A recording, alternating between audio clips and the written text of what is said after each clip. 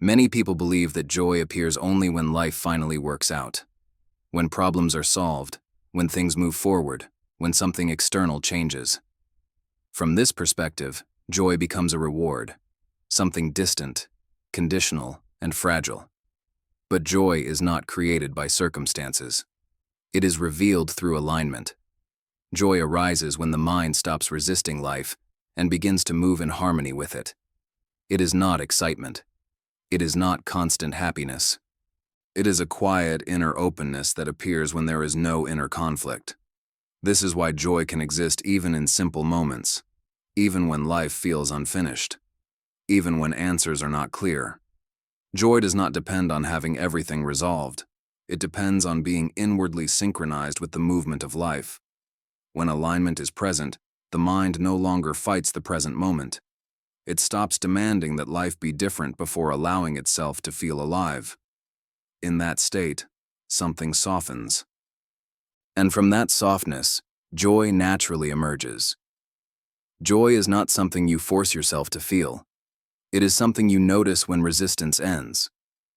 The moment you place yourself in openness, not trying to control, not trying to improve, not trying to escape, your inner state begins to resonate with the deeper rhythm of life. And that resonance is felt as joy. This joy is not personal. It does not belong to the ego. It flows from the same source that sustains all life. You do not need to generate joy. You only need to stop blocking it. And when alignment returns, joy does not need to be dramatic. It can be gentle, quiet, almost unnoticed at first. But it is real, because it comes from truth, not from effort. One of the deepest misunderstandings the mind creates is the idea of separation. The belief that life exists out there, and that you are here trying to receive something from it. From this belief, effort begins. The mind tries to reach life, attract life, control life. But creative life is not external to you. It is not something you access. It is something that expresses itself as you. The same intelligence that moves the universe is present in your awareness now. It is not distant, and it is not selective. It does not flow only to a few people or only at certain moments. It flows continuously, because creation itself never stops.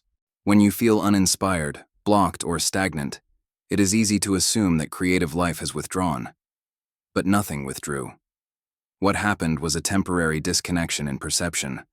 The feeling of separation returned. Creative life does not pause. It does not repeat itself mechanically. It does not run out of ideas. It renews itself endlessly, expressing new forms, new movements, new possibilities. And you are included in that movement, whether you feel it or not. You do not need to become creative again. You need to remember that creativity was never personal. Ideas do not come from effort. They arise when the mind relaxes into alignment. When you stop trying to force progress, something opens. The pressure to produce dissolves, and space appears. In that space, life begins to move freely again, not because you commanded it, but because you stopped interrupting it. You are not a separate observer of creation. You are a point where creation is happening. And even if it feels quiet right now, even if nothing seems to be moving, creative life has not stopped. It is preparing its next expression, gently, intelligently, without urgency. You are not disconnected from life. You never were. When life feels repetitive, the mind concludes that creativity has ended. It assumes that everything has already been thought, tried, or expressed. From this belief, discouragement arises, not because life stopped creating, but because the mind feels disconnected from the source of creation. Ideas do not disappear. They are not consumed. They are not limited resources. What becomes exhausted is not creativity itself, but the mind that tries to produce ideas through effort and pressure. When ideas are forced, they feel heavy. They repeat themselves.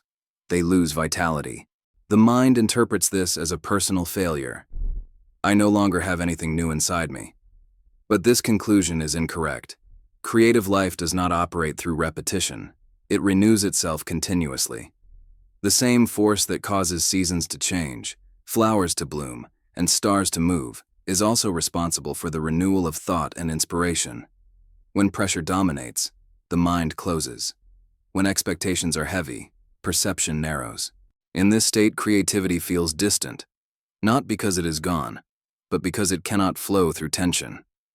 Your ideas are not meant to be manufactured, they are meant to arise. The moment effort softens, space opens.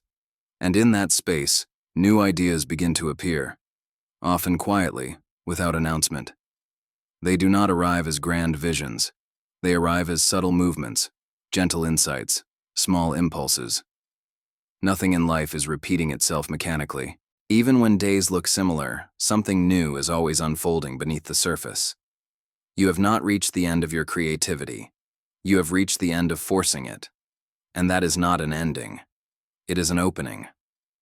The mind often believes that life is repeating itself. That days pass, routines return, and nothing truly changes. From this perception, a sense of stagnation arises, the feeling of being stuck in the same place, walking in circles. But life itself never repeats. What repeats are habits of perception. What repeats are patterns of thought. What repeats is the way the mind looks at experience. Life, however, is always moving forward. Even when circumstances look familiar, the life expressing itself through them is new. No breath is the same as the last. No moment is identical to the previous one. Creation does not copy itself. It unfolds continuously, forming new expressions from the same infinite source. The belief that nothing is changing comes from focusing only on surface forms.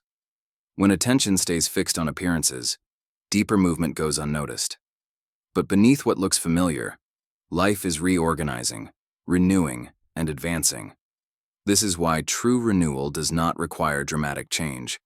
It does not always arrive as a new situation, a new place, or a new role. Often, renewal happens internally first, as a shift in perception, a softening of resistance, a quiet readiness for something new. Life is not stuck, and neither are you.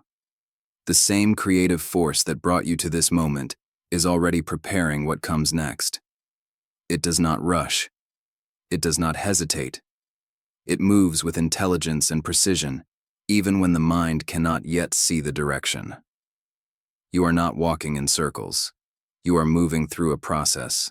And just as a traveler crossing an ocean cannot see the next shore while still at sea, you may not yet see what is forming ahead. But movement is happening. Guidance is present. Renewal is underway. Life does not repeat itself. It unfolds. And you are unfolding with it. Now there is nothing you need to rush. Nothing you need to force into shape. Nothing you need to control. Life is already moving, and you are not outside of that movement. You are being carried within it, guided with more intelligence and cuidado than the mind can measure. You are not navigating this existence alone. Even when the direction feels unclear, even when the horizon is not yet visible, the movement continues with purpose.